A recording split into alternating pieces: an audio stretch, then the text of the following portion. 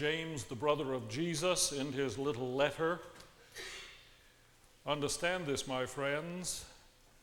Let everyone be quick to listen, slow to speak, slow to anger.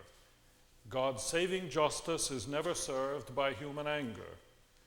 So rid yourselves of all bad habits and welcome with humility the word implanted deep within you that has the power to preserve your soul. But you must do what the word tells you and not just listen to it and so deceive yourselves. Religion that is pure and undefiled before God is this: to care for orphans and widows in their distress, and to keep oneself uncorrupted by the culture around. When the Reverend Robert Raines was pastor down in Cleveland, Ohio some years ago, a couple came to him, obviously in distress, and handed him a letter they'd received from their 18-year-old son. Dear folks, thank you for everything, but I'm going to Chicago and try to start a new life. You ask me why I gave you trouble over these years. The answer is easy for me to give you, but I'm wondering if you will understand. Remember when I was about 6 or 7, I used to want you just to listen to me. I remember all the nice things you gave me, and I really was happy with all the things, at least for about a week. But for the rest of the time, I really didn't want presents. I just wanted time for you to listen to me like I was somebody who felt things. Because I remember that even when I was young, I did. But you said you were busy, usually. Mom, you were a wonderful cook, and you had everything so clean, and you were usually so tired from doing all those things that made you busy. But you know something, Mom? I would have liked crackers and peanut butter just as well if you'd had the time to sit with me during the day and ask me what was going on. And when Donna came, I couldn't understand why everyone made so much fuss about her, because I didn't think it was my fault that her hair was curly and her skin so white, and she didn't have to wear glasses with such thick lenses. Her grades were better too, weren't they? If Donna ever has children, I hope you'll tell her just to pay some attention to the one who doesn't smile very much, because that one may be crying inside. I think that all the kids who are doing so many things that grown-ups are tearing out their hair about today are really looking for somebody who may have time to listen a few minutes, who really and truly will treat them as they would a grown-up, who might be useful to them, you know, polite to them. If you folks had ever said to me, "Pardon me," when you interrupted me, I'd have dropped dead. If anyone asks you where I am, tell them that I've gone looking for somebody with time because I've got a lot of things I want to talk about. Your son. Hard for kids to get a hearing in our time. Hard for anybody, I suspect. Seems like everybody's talking and nobody's listening. Words come at us from every direction: billboards, cocktail parties, bustling crowds, and even now the computer talks to us. Our cars used to talk to us for a time, but thank God they gave that up. But who's doing the listening? Where are those who really take the time, exercise the attentiveness to hear?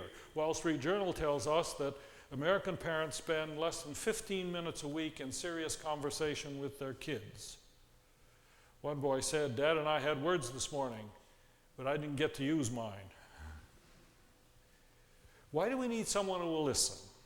Well, there are a lot of reasons. For example, at times of some mental confusion or emotional turmoil, where we become the scene of considerable chaos inside, as someone takes the time to hear us, let us talk, we do come to a measure of internal organization and self-control again. The opportunity to think out loud is a precious gift. It enables us to get some distance from our thoughts. They seem less overwhelming when we can put them out on the table and we can share them and examine them with a friend. And we need a listening ear at times to break the loneliness or sense of isolation that we may feel, especially when our troubles threaten to overwhelm us. Loneliness is, after all, not the absence of bodies. It's the sense that nobody quite understands what we're going through, that we're essentially alone in our struggles and troubles. But I think most important, certainly most important, we feel diminished or unimportant or of no consequence when no one will take us seriously enough to listen to what we have to say. There's a marvelous little scene in Arthur Miller's play After the Fall. Lawyer husband Quentin and wife Louise are talking, and Louise is saying, "The way you behave toward me, I don't exist. People are supposed to find out about each other. I'm not all that uninteresting, Quentin. Many people, men and women, think I'm quite interesting." And Quentin says, "Well, I don't know what you mean." Louise says, "You have no conception of what a woman is, Quentin." He responds, "But I do pay attention. Just last night, I read you my whole brief." Louise responds, "Quentin, you think reading a brief to a woman is talking to her?" Quentin says, "Well, that's what I had on my mind." Louise said, "But if that's all that's on your mind, what do you need a wife for?" Quentin, "Now, what a question is that?" Louise says, "Quentin, that is the question." "What question?" Louise says, "What am I to you? Do you ever ask me anything personal?" Quentin responds, "But Louise, what am I supposed to ask you? I know you." Louise says, "No, Quentin, you don't." In contrast, there's the experience of the late but famous longshoreman, philosopher, author Erich Hofer. I go back to read him with profit every once in a while. He was cared for as a child by a Bavarian peasant woman after his mother had died. For about 8 years during this period of his life, Erich Hofer was blind.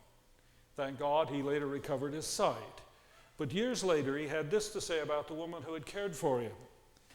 "This woman, Martha was her name, took loving care of me. I remember she was a big woman, and she must have really loved me because I remember that those 8 years of blindness in my childhood were essentially a happy time of my life. I remember a lot of talk and a lot of laughter. I must have talked a great deal as a child because Martha used to say to me again and again, 'Do you remember when you said this?' or 'Do you remember when you said that?' And I realized that she'd been really listening to me and had remembered what I'd said. And so all my life I've had this feeling about myself, that what I think and what I say are worth listening to, worth remembering. This is the gift she gave me." Love your neighbor, says the old book. Well, perhaps the greatest gift of love is the gift of an ear. Because giving our ears, we enable one another to break through confusion of mind or loneliness of heart, and we grant, above all, we grant one another a feeling of worth, a feeling of importance, like perhaps in no other way. I don't know what it is exactly that the writer of the little New Testament letter called James, I don't know exactly what kind of listening he's talking about, when he calls us to be quick to listen, slow to speak, and be angry, irritated. But I do note that one half of real religion, as he defines it, is to visit the orphans and the widows in their distress, that is, precisely those who are alone, isolated, troubled, desperately needing a sense that they count. The gift of an ear for one another. The love that enables the time and trouble, the concentration, the empathy, to really hear one another. So why do we have so much difficulty with it?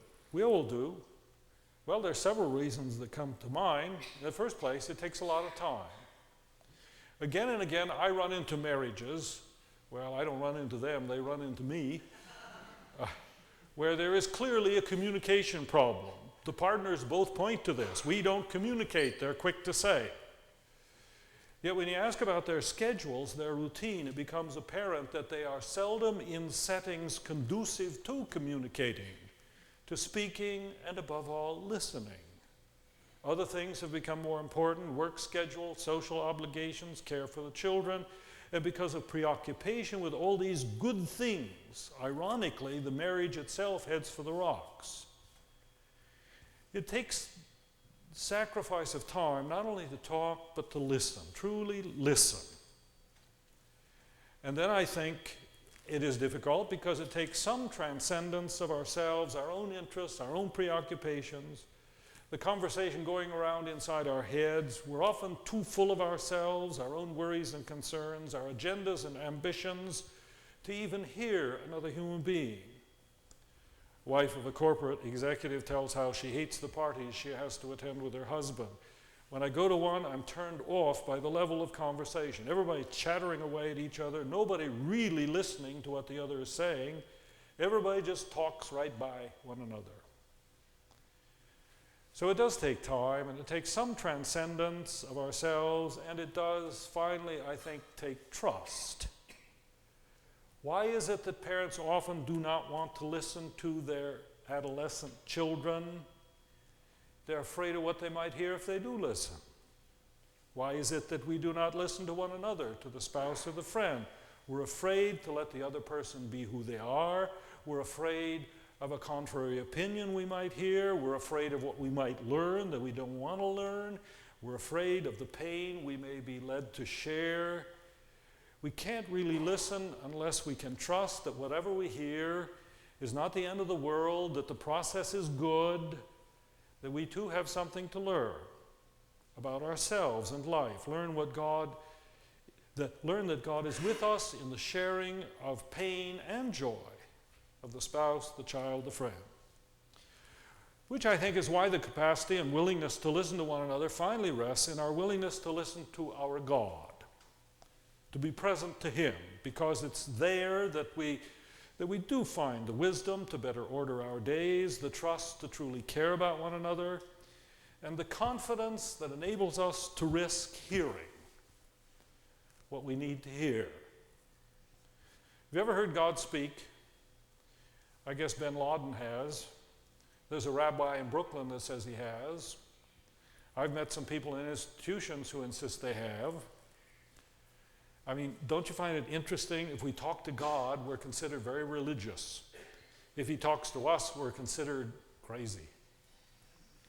Yet this old faith talks a great deal about listening for the voice of God. It urges it upon us. In fact, this is what it means by the word prayer, much more than it means some sort of endless chatter.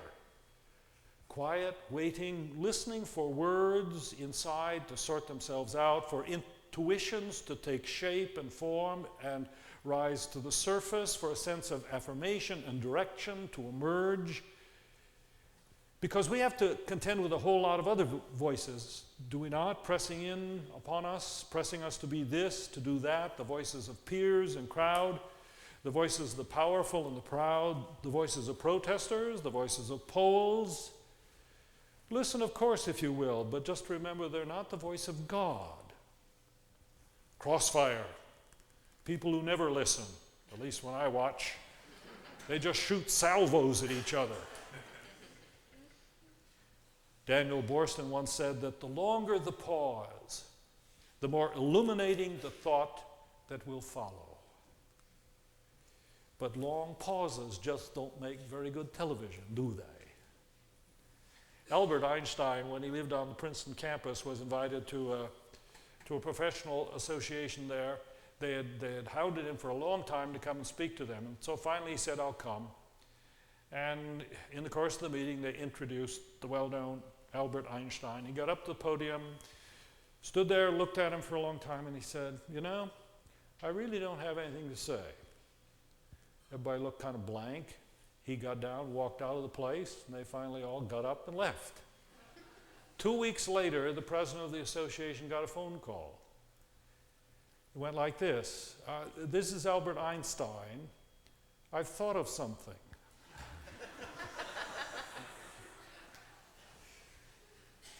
We hear these voices every day. What are the colleagues thinking? What is the other parent doing? What do the experts advise? Voices arguing now this way, now that, bearing down on us from tube and screen and street in contradictions that leave us confused, without direction, without critical capacity, without individuality.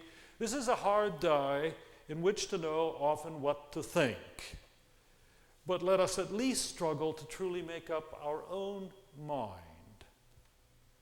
Above all, we desperately need time and quiet to listen for the voice of deeper traditions, the voice of a transcendent faith, indeed the voice of God, James says it, be slow to anger, rid yourself of all bad habits, welcome with humility the word implanted deep within you that has the power to preserve your soul. Because then perspective does come and priorities do begin to fall into place and some peace of mind is restored and we are kept unpolluted, uncorrupted by an alien culture. Dr. Susan Jones, I think, says much the same thing in a little different way. She says those people who live in a constantly noisy environment and who neglect to go inside their temple to listen to the silence are depriving themselves of one of life's most profound experiences. Unmitigated loudness breeds agitation, aggression, disharmony. Noise deafens the mind to the inner voice, to our connection to life, to peace, to joy. I don't know about you, but I know it's that way with me. If I take the time to listen, and that's a big if, in time, memories come which put a lot of things in a new light, ideas surface which stimulate creativity, visions happen which grant hope and future, and old affirmations return in strength, giving confidence and courage in the midst of the unknowing. A friend came to me many, many years ago. He's no longer with us now. Wanted to tell me his story, wanted me to listen. He found himself up against the wall in the face of responsibilities that had become increasingly overwhelming. What he had to say went something like this. He found himself profoundly disturbed by the necessity of letting a number of employees go. He found it increasingly difficult to see with any clarity an acceptable future. In spite of his careful organizational habits, he found his mind flooding with the accumulating details of his job. He said he found it hard to stay focused. He was increasingly irritable and short of patience, which disappointed him because that was not typical of him. He found himself exhausted some days and unable to sleep some nights. He began to worry about his health. In short, he seemed to be losing control of things, of life. In the midst of one particular busy schedule, he knew he had to get away, go somewhere for a little peace of mind, get a hold of himself, told his secretary he would not be reachable for the rest of the day. In his car, he began to drive rather aimlessly until he found himself near the beach down in Evanston. He parked, he walked up and down until he began to calm down a bit. The feelings of near panic began to subside. A variety of thoughts marched to and fro through his mind. Although a churchman, a religious person, God was not particularly on the horizon. Now, all that is generally what I remember, but the rest I remember very precisely. Then it came, he said, nothing audible, just a thought, words sort of out of left field. It is not all up to you. How odd, he thought. He supposed he knew that, had learned it somewhere long ago, but he never really heard them like he did in that moment. And somehow they felt very liberating. It is not all up to you. He began to think about what he could manage and what he couldn't manage in his state of affairs. Could he live with the worst that might happen? Had he missed some resources? Why hadn't he talked to someone? Well, now he was. And I was listening, and I was learning something as well. It's not all up to you. When he told me the story, he had difficulty saying anything. Indeed, he did not say anything like God spoke to me. But he was sure that a very powerful word had come to him in a moment of need, a word not his own, which had rescued him, and he hoped would continue to do so. So let us pray we all find here and there enough quiet in our lives to welcome with humility a word implanted deep within, a word that has the power to preserve our very souls, if we will listen.